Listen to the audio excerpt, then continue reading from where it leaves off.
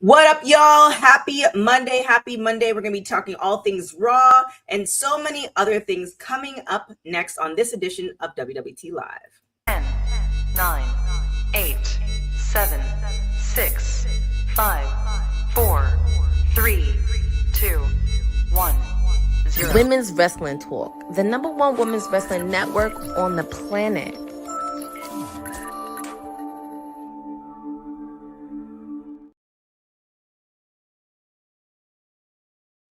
What up, y'all? TK Trinidad here for WWT Live, the Monday edition. We have so many things to talk about. We had a crazy, great weekend of wrestling, and I'm not alone. The PR princess herself is in the building to talk all things wrestling. Courtney Rice. Yeah, it's all things. It's been a very crazy weekend. It's the first day of June.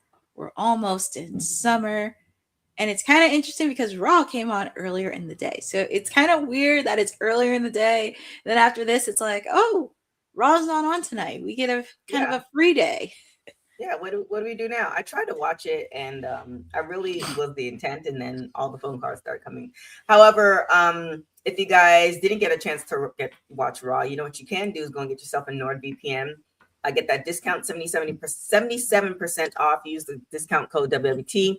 And so you can watch it and not give, well, actually, no, you can watch it on Netflix, so you're good. So anything else, if you want to watch all things WWE, you can watch it on Netflix. Go and get yourself a NordVPN. Also, our super chats are open, so that means for $2 or more. Let us know what you want to ask us, like why my hair is so big, because I don't know why it's big either. So all the things, so definitely that. Let's get into, well, did you get to watch the Raw recap at all? I actually watched 1 hour of Raw because I had to take care of other errands. So I did lead up to like Roman and Jacob. Jacob did acknowledge he was with the bloodline, I guess, like back together again somewhat. And also we did start the King and Queen tournament. I did see the male one, Obafemi advance. I did see Sol Ruca. She spoke for the first time as Women's Intercontinental Champion, and she's ready for a challenge. Also, and you might have caught this because you watch Netflix on the international side, Finn Balor is now on the Blue brand for SmackDown. He's officially moved to the Blue brand, which is so good for him. And I love it because I don't think we ever had an interaction with him and Cody. We might have, but I'm in for it. It's nice to see Cody get some fresh new challengers after Gunther. I mean, Gunther be looking, but I'm happy that Finn's going to the Blue brand and get an opportunity to shine in singles action. So what do you think? Because we talked about this yesterday after Clash in Italy. And since you saw a little bit of it as far as the bloodline's concerned, what do you think is going to be happening with that? I think probably because if you saw yesterday with Solo and the rest of the MNTs, it looks like there's going to be revolved around them. Also, I did see the beginning. Apparently, everybody in the bloodline is putting a note out to the entire roster. Now, obviously, of course, we saw what happened the last time the bloodline did it because you made so many enemies. Very curious of that. Obviously, of course, you have LA Knight as an enemy. Maybe Seth, because I know Seth has his issues with the Vision, but of course he still has some unfinished issues with the bloodline. But it's going to be very interesting to see how that escalates. And also with the fact too, I mean, nothing against Jay, but I know Jacob wanted to slap Jay in the face because look, I know you're the Yeet Man, but it's like you're kind of like his lackey in somewhat because I think Jacob is ready to slap him in the face. But it's kind of family. It's going to be very interesting how this is going to follow, and also for the rest of the brand. And also, we now know Roman's dates are kind of limited in June, but also curious on who's going to face him at SummerSlam. Like who's going to be either or.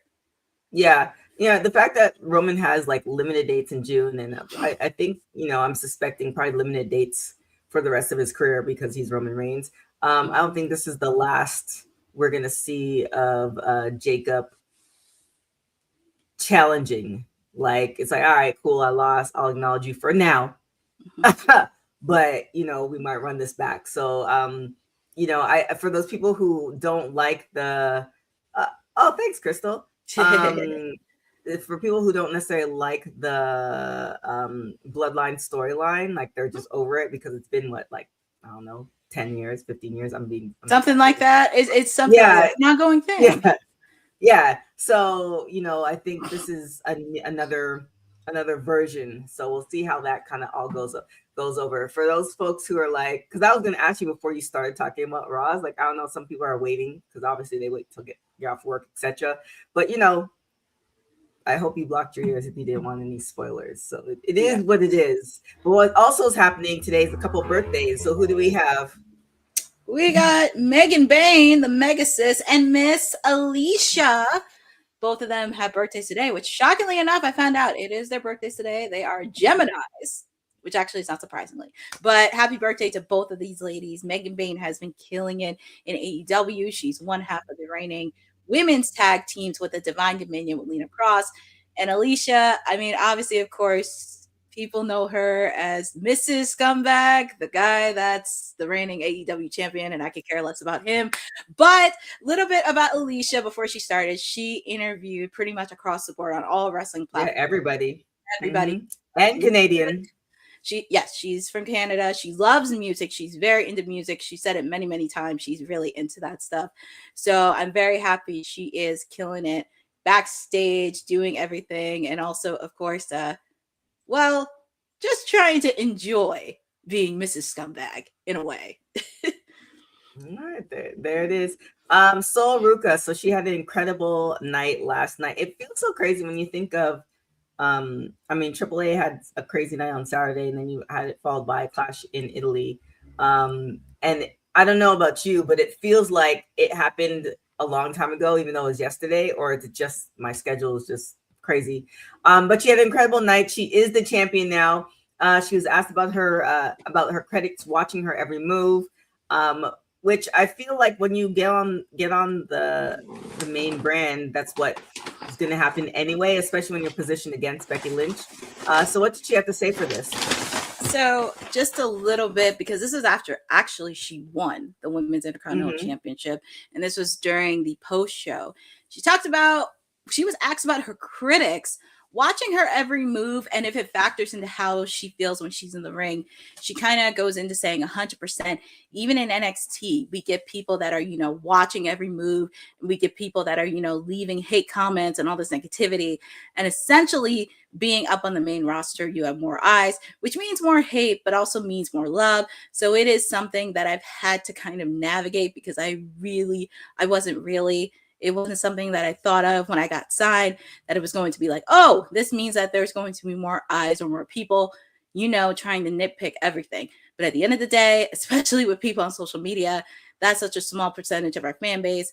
And as long as the crowd in person is happy and, everyone backstage is happy with what I do, then that's fine with me.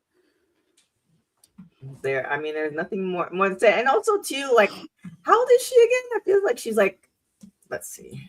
I feel like she just got out of college. So like putting so much pressure, she is 26. So putting so much pressure on somebody like for that world stage, I don't know. It's just weird. Like, not saying you don't expect greatness, but also realizing that it takes time.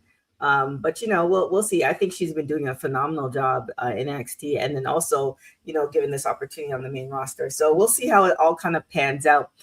Something else that's going to be panning out June 13th is Pound Town Wrestling. I have gotten confirmation that Ced will be there doing, I don't know, something, but definitely check it out in Los Angeles. Something.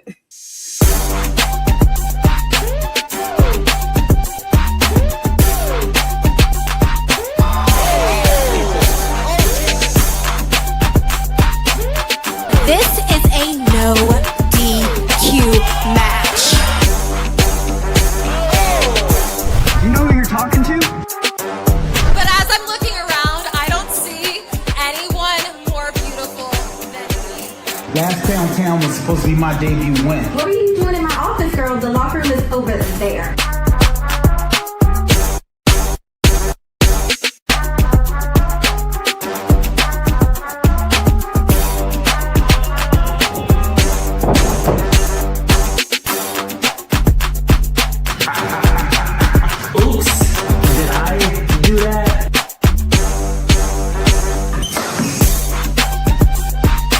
Ooh. Town. Pound Town Wrestling.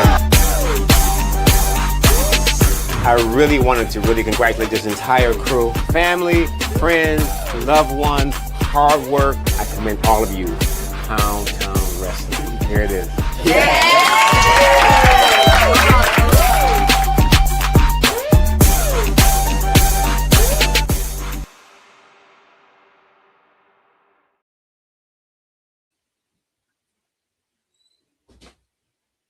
You're on mute. And oops. Oh, Wait.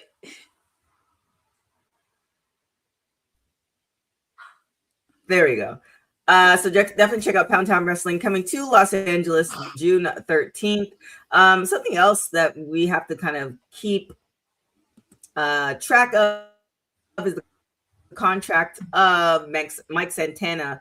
Apparently, according to WrestlingNews.co, they said that WWE might have some interest. So what's the deal with that? Well, WrestlingNews.co, but courtesy of PWI Insider, because they were the ones that originally broke out in the story. So pretty much WWE has shown interest in before, and Mike Santana, who is the reigning TNA World Champion, will have his contract expired sometime in July. As we know, he's currently in his second reign, and he's doing very well holding the TNA brand. And pretty much the contract timing puts him in the same free agent conversation as Leon Slater. As we know, he lost the X Division title to Cedric Alexander, and apparently his contract is almost expired in TNA, but we don't know where that's going to go. And pretty much it's very, very interesting because Matt Hardy did talk about this a lot on his podcast, The Extreme Life of Matt Hardy, comparing the company to ECW in the late 90s, thinking TNA sits third behind WWE and AEW, and the two bigger players could usually outbid if for established names heading into free agency. But right now he is the champion, and this is going to be a developing story for a while. So hopefully we do get to see him stay in the TNA realm. Yeah. I mean, was there anybody who said that like WWE is number one, AEW number two, and TNA is number three? Was there anybody say anything different? I don't know. I think it's interesting. We'll see what happens with that. And I also want to say too, because this is where I'm going to get a little nervous, because I know TNA, they've been in their own lane for quite some time. And obviously, of course, they have signed former WWE stars, but I just don't want it to be like a watered down version of WWE, as you mentioned with AAA.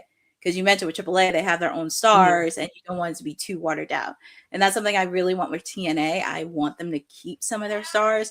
They do have him. They do have Steve Macklin. They have Trey Miguel. And even they helped revive careers with Mustafa Ali, because he has the entire Order 4. And then you have the system. And also you have Lei Ying Lee, who's the reigning TNA Knockout champion, and obviously Zaya Brookside. And of course, Tessa Blanchard filling out the roster. So I think this is something that internally TNA has to think about, because this is one of your main players. Like, this is the person that you want to be TNA World Champion. You don't want to give him that soon, because after him, then it's like you have to really think about it. Because if Leon Slater is not re-signing, then that's going to be very interesting, because outside of like Steve Macklin, Mustafa Ali, what's going to happen there? Yeah, yeah, it's always, because I remember when there was a time when like people got let go from WWE, and like, oh, we hope that they'll be signed with AEW.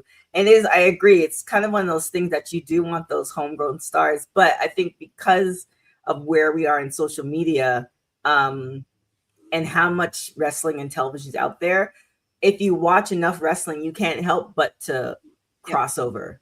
So, homegrown stars is a little bit relative. I mean, obviously we have a few people who started and stayed at certain companies, but the way, in particular WWE is signing and then unbooking people is just kind of like, it's part of the course with that, I suppose. But yeah, I mean, all I can really hope is that he remains employed with somebody.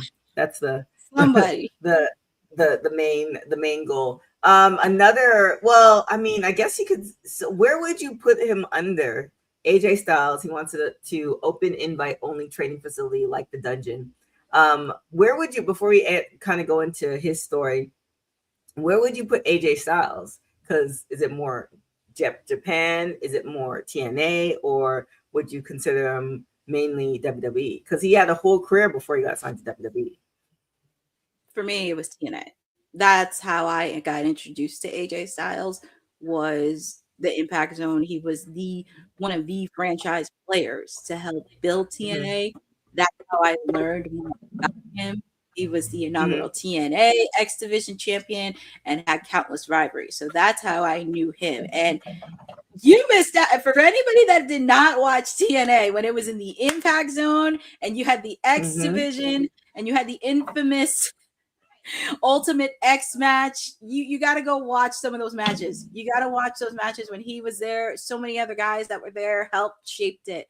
And obviously, of course, I knew he was in New Japan, but TNA was what really drew the map on it. And being one of those franchise players, I was very happy that I got to witness some of the action in real time. Okay. Well, now with that being said, so AJ, he wants to open an invite-only training facility like the Dungeon. And, we've been seeing, if you follow, I think it's following more, I don't know if the Dungeon has their own social media, but if you follow Natty, you're seeing all the great things that she's doing at the Dungeon, the kind of invite-only. You're seeing a lot of wrestlers kind of go over there. I think we definitely need more of that, especially with somebody of the caliber of AJ. So tell us a little bit more about what he's planning on doing. Yeah, so this is on the, hold on, because dealing with a few pop-ups here, but on the Phenomenally Retro podcast recently, AJ Styles did talk about this, and he was asked if he would open a training facility in the future. He said that he would like to have an invite-only training facility like Natty and TJ Wilson have at the Dungeon. He kind of goes on to say, I would like to get something like Natty and TJ have with their Dungeon because it's an invite-only kind of experience. You're invited. That means that you're well enough known that we know you can get in here and you can hold your own in this ring. To have something like that close to me so that I can work with WWE ID guys and girls, that would be great. That would be important. The way I could see the progression, I could help them out with the little things and help them get to the next level. Maybe they're hoping to get a tryout, and before the tryout, we can get in there and work together for a little bit. That would be something that I would like to do. And obviously, of course, you could check that out because he really much goes into details on this and also other things on that podcast as well. I definitely want to see that. I do like seeing, you have so many other wrestlers who have wrestling schools, but the invite only is, it hits a little bit different. Hey, Lynette. Hey, Tiki. I see the former United States Champion Julia as the face of. Okay, well, we'll see. Change her hair color to blonde. We'll see. Shout out to Crystal, Mike, Zach, and Eric in the chat as well. But let's get into Swerve Strickland. Because I'm curious. There's some news that happened with him today. What went down? This is actually very interesting for me, but hold on, let me pull up the story. So this was actually a very interesting story that came out. Swerve Strickland gate crashed a streamer's home. So pretty much in one of his recent videos, Twitch streamer Bobby Monsoon criticized Swerve Strickland. He called Swerve an Uber driver because he is really good at taking shortcuts. This was in reference to his Double or Nothing victory he had against Bandino in the Owen Hart Cup men's tournament. Swerve had attacked Bandino on Ring of Honor before his match, and pretty much Swerve commented on Bobby's video with some angry emojis. But on May 29th, he gate crashed Bobby's stream while he was reviewing Friday Night SmackDown. Swerve made him do the Who's House, Swerve's House catchphrase, but he didn't like Bobby's energy, despite asking him to do it multiple times. He then attacked Bobby and even choked him out before he's leaving. Pretty much, Swerve acknowledged the situation on social media by posting a link to Bobby's YouTube video, but Bobby eventually apologized to Swerve online for his comments. He kind of goes and say, I publicly apologize to Swerve and the IWC for my shenanigans. I'll do better moving forward. Yeah. I don't even know how to play this. Well, I mean, there it is. This is what happens when you are a narc. This is what happens where some people, even though you have the biggest followers and the loudest mouth, should not have a microphone because of stuff like this. That's why. Well, I mean, isn't it America? Everybody's entitled to their opinions, and entitled, if you but have an opinion, then it is entitled, but things some may happen. Entitled, but some people. Well, we talked about this many times. Some people in the IWC narcs of the world said some things, and I'm like, okay, yeah, you should not say that on socials. And then the other question is, we were to really break this down, which I'm so trying not to go down the rabbit hole. But how did he find his house? How did he get in the house? I don't even know. All the things. Like, I don't even know how he did it or crashed his YouTube stream. Right. Oh my gosh, Dylan. Oh, we haven't even used this one. Let me find this one just for you, Dylan. We have not used this in such a long time, but this is for you, a producer from the future.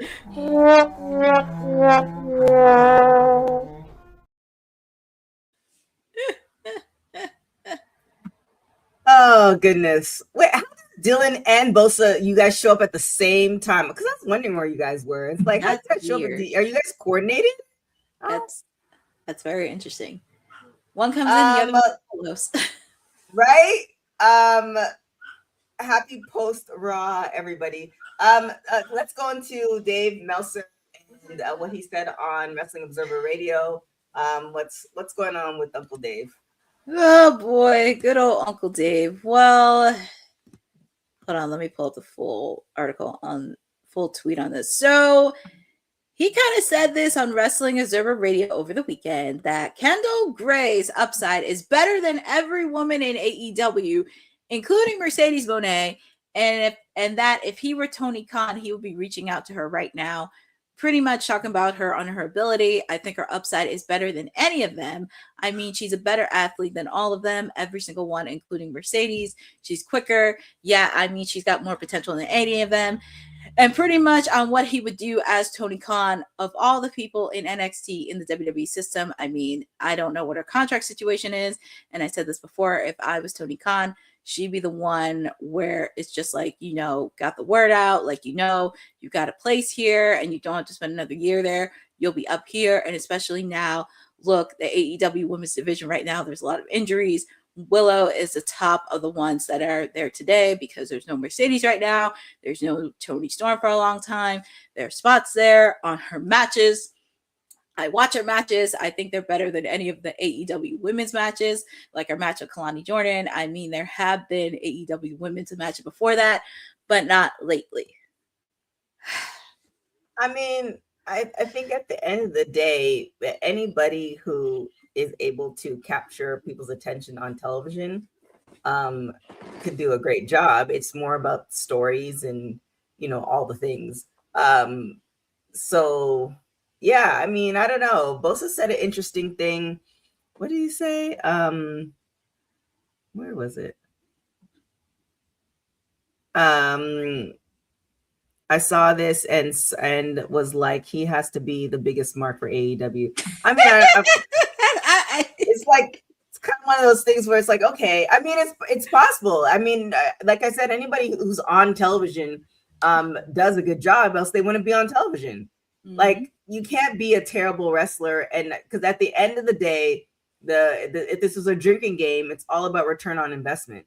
And so if you are a snooze fest on TV and the company doesn't have an ulterior motive, a la Roman Reigns back in the day, then like you're not going to be on TV very long. That's why WWE cuts a lot of people. You won't be. A couple things will happen. One, you won't get a story, and you won't be in a story for a long time, and then you'll get cut.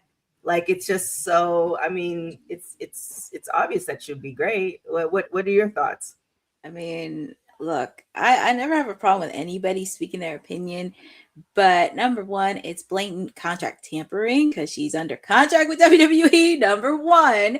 Number two, this is what happens when you don't pay attention to some AEW, because for him to say they haven't been good women's matches, I do watch alongs. I'm not saying this just because I do watch alongs and I watch it, but there's been some good women's matches the last couple of years. Like, and I said this a couple months ago regarding what happened with Toni Storm and Mercedes. It's like, you can't depend on them. You have a whole roster that you could play around with. I mean, we just saw Tekla. She's the reigning AEW Women's Champion, and she's like one of the top heels, which like she's got to wipe the floor off of almost everybody that she calls. And with the fact too, when I was watching Hikaru Shida, this is the first time I've seen her have personality, and she speaks English so well.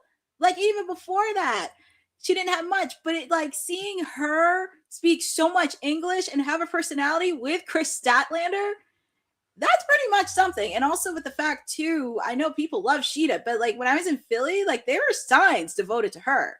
Same thing with Chris Statlander. Like granted, I've been saying like she needs a character development and some things with that, but also there are some good women. Like granted, and I hate to say this, and I said this a couple months ago, I just don't think Uncle Dave is a fan of women's wrestling, because sometimes you've had a little bit of a dirty laundry because you said what you said a couple of years ago regarding Peyton Royce and also Charlotte regarding Charlotte's facial. So that's also another thing too. But they're killing it, and they are putting good matches. Now, granted, it's not going to be on the same level as WWE. Like, let's be very clear about that. They just need to stay in their own lane and just figure it out. Like, yes, Willow Nightingale is injured. We're still figuring out with the TBS title. There are so many routes that you could go with the TBS title. And also it does give opportunity for women to shine. Obviously, of course, Queen Aminata just came back from injury. Athena we're starting to see her a lot more. I mean, we have seen her on AEW regular television, but now she's starting to get more into the sense with being the forever Ring of Honor Women's Champion. We just saw Red Velvet had a match against Willow, so I'm happy to see her back on there. Also, Marina Shafir is getting time, obviously teaming with Jon Moxley and Death Riders. So and yes, my gal Alex Winstor and Jamie Hayter and the Brawling Birds are doing very well. So it's kind of like, listen, at the end of the day, it's his opinion, but he just doesn't like women's wrestling, period. Well, obviously, we love women's wrestling. That's the name, Women's Wrestling Talk. And with that being said, we love covering women's wrestling, and we have an archive for you guys to check out. Women's wrestling didn't just show up yesterday in glitter boots. We've been here the entire time, body slamming through history. The Women's Wrestling Archive launches 2026, and it's going to pave the way for all women's wrestling. Because if we don't document it, a man might think he did it first. This has been a passion project for a very long time. Head over to the womenswrestlingarchive.com to donate 1, 5, or whatever you can. It all goes a long way. Let's give these women the spotlight that they've always deserved. Her story belongs in history. Help us preserve it today. Join us at womenswrestlingarchive.com. Support the archive. Support women's wrestling. Donate today.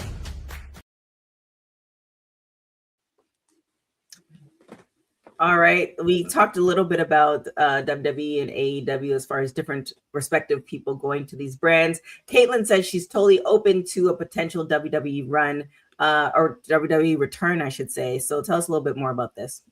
Yeah, this was actually very interesting that it popped up, and somebody was asking her about this. As you mentioned, Kaitlyn did leave WWE in 2014 and hasn't made a full retime since. She did participate in the 2018 Mae Young Classic. She was speaking on Rewind, Recap, Relived, and she was asked about a potential WWE return. And she kind of said she's totally open to it. I totally am. I've been open to it in the past for a while. And also elsewhere in the interview, hold on, let me see. The wrestler, she commented on missing WrestleMania 29, and she said, if you use, let me discredit that message, but pretty much she said she's totally open to it. She's been open up to it in the past for a while because this has been an ongoing thing, because I know she's making appearances at Comic-Cons, meet and greets. She did have a reuniting with AJ Lee. So that's been something. But do you think, because Kaitlyn did say that she is open to it, is there a spot for her in the current women's division that we're in with WWE? With the current, it's like it's not just the current position of WWE. It's the current position with WWE, TKO, and Endeavor, and the way that TKO is operating. I just don't know. I don't see it. Like we're getting women there. There's plenty of women as far as on the roster. It's more the storylines, and we're getting some stories here and there. But I don't know if it's possible right now. Like I don't know if we're gonna get the second chances unless when you left, you were like, for instance, like the Bella Twins, right? It's an easy layup to bring them back.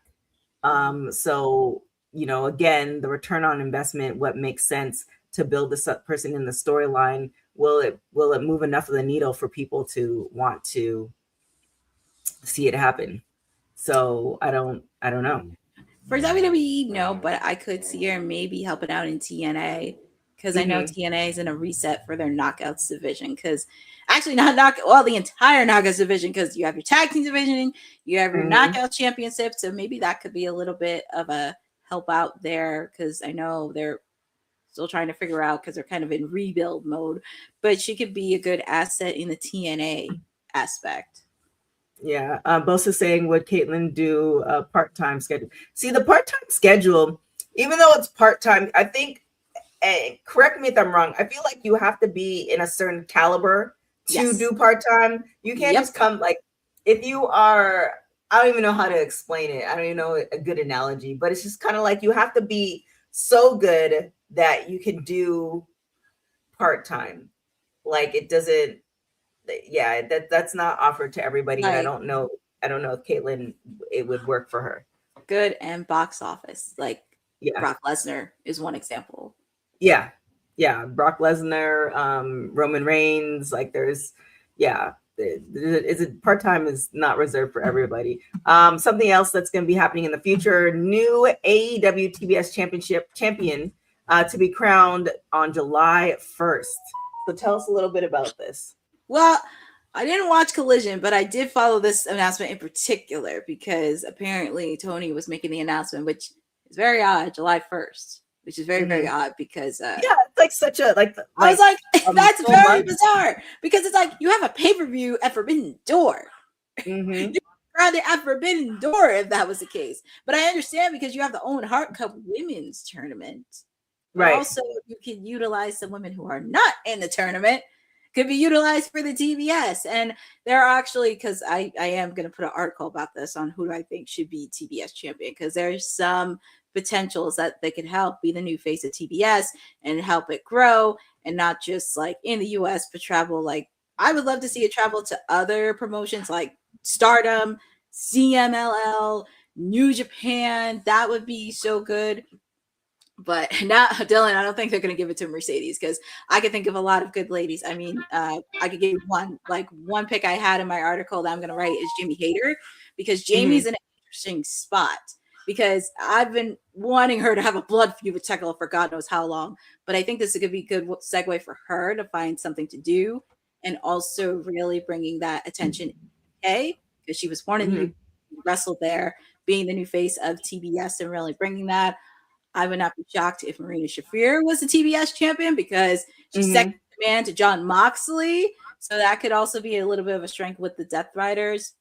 Also, I would not be shocked if you brought in somebody from Stardom, like who is not participating in the tournament.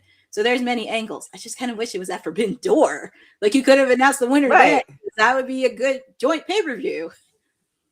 Yeah, I don't know. I mean, at the end of the day, this is like we've been saying, it's a relatively still a new company. Yes. And I was actually watching, for my Canadian folks who know this company, Pizza. And there's this YouTube video about how it's been around since like the 1950s and it survived the pandemic and all these things. And all it really did was it pivoted. And no, I'm not sponsored by Pizza, but it was known that like the cheese tastes like cardboard, like, all these things, right? And so what they did is that no matter what happened, they figured out a way to continue surviving. And I think that's what AEW, is doing. Not to say, well, I don't know what their books look like, but I feel like they're just trying so many different things in order to really maintain that number 2 spot and eventually get to that number 1 spot if it ever does happen. So we can't fault them for trying different things, but some of the stuff is just like, it's just like you just have. I really wish I was backstage internally to see what goes through the mind when it comes creatively, especially in their women's division. Because I just want to listen. I don't want to say anything. I just want to listen and see what ideas there, and just see what's working, what's not working. How can we help elevate this? And also people have to remember the TBS title came in like it's still new. Yeah, you remember the first person that won it was Jade. Yeah, Jade was the first person that won it. And then after that, crazy. How long ago was that? Was that 4 years ago? Yeah, it was 4 years ago. Wow, it's crazy. Wow. And then after that, Chris Statlander beat her for the title when she came back from injury. Mm-hmm. Yeah, it was a time. It was a time. So we'll see what happens.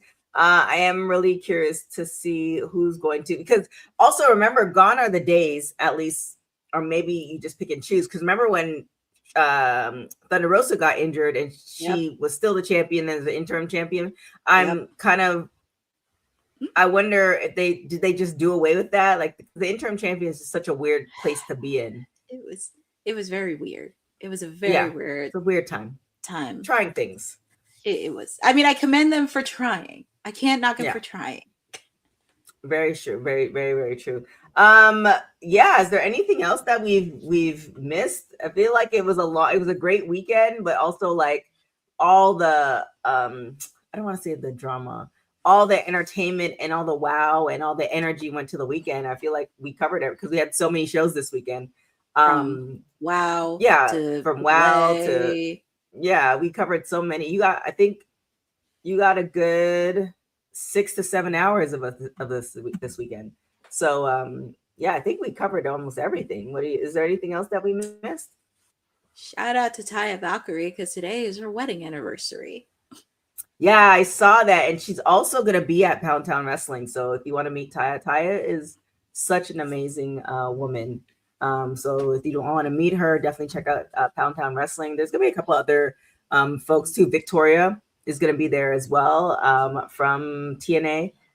Formerly Alicia Fox, so she's gonna be there too. So a lot of good things. So definitely want to check that out. I think that's it. Definitely going.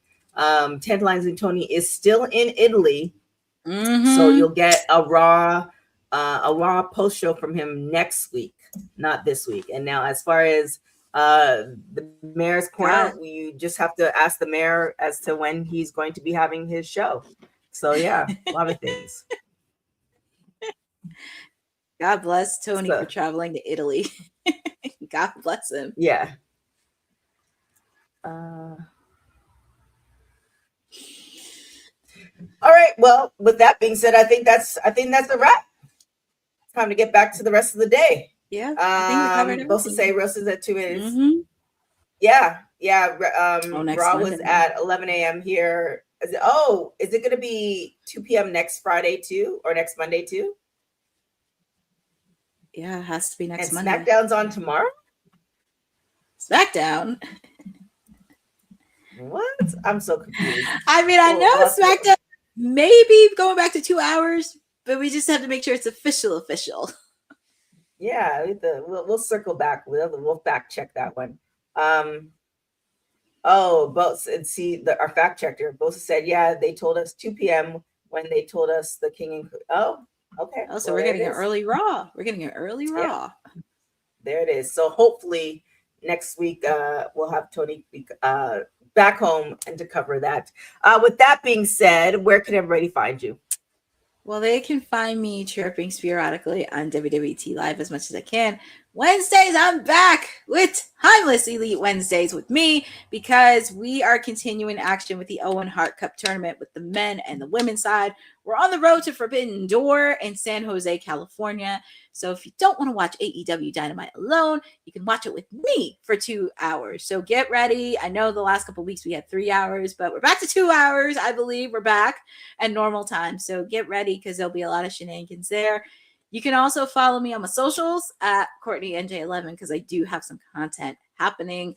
I'm almost done editing my interviews from 80s Wrestling Con. I just edited my interview with Bronwyn Billington, the daughter of the British Bulldog, and I'm about to edit my interview with Dave LaGreca from there as well. So they should be up hopefully by this week. Also, make sure to follow ISPW because we got a lot of shows happening. We got a lot of shows happening in summer. Big one, of course, is in July in Wildwood because that will be the Headbangers final match. After that, they're going to call it quits and hang up their boots. So you do not want to miss it in Wildwood, New Jersey. Also, I'm trying to think of anybody else. Yeah, feel free to follow me because it's going to be an eventful summer here in the East Coast because we got shows happening. We got MLW coming. We have TNA. We also have NWA coming to Philly. And also this Saturday, I will be on the ground for Deanna and Steve Macklin's event. I'm very excited to be covering their event this weekend because this is all going to a good cause. Most of the proceeds are going to go towards veterans, which is really, really good because we'll see the Hardys, we'll see Megan Bain, Tiara James, many Priscilla Kelly's on the card as well. So a lot of people are going to be showing up. So feel free to say hello to me. It's going to be a fun event, and they're almost close to being sold out. There it is. You got definitely Poundtown Wrestling. Check that out, June 13th. What else is happening? Oh, if you guys are a fan of the Netflix show Nemesis, we're going to be doing a post show in the next hour. So you can check that out. We're going to do the first one on WWT, so you can watch on WWT, but it's in partnership with a new network called Control TV. So check that out if you watch Nemesis. If you don't know what I'm talking about, think Power, and there you got Nemesis. Other than that, you can follow me everywhere at TK Trinidad. Make sure, tweet and DM said about Poundtown Wrestling. Make sure to definitely do that. Make sure you follow all things Women's Wrestling Talk on all social media platforms at www.talkpod.com. And thank you guys so much for watching Women's Wrestling Talk, the #1 women's wrestling show on the planet. Ciao for now. Thanks for joining WWT. Don't forget to like us on all social media platforms at WW Talk Pod. Like and subscribe on all video and audio platforms, like yesterday, my G. And check out our website at www.talkpod.com. Thanks for watching Women's Wrestling Talk, the #1 women's wrestling network on the planet.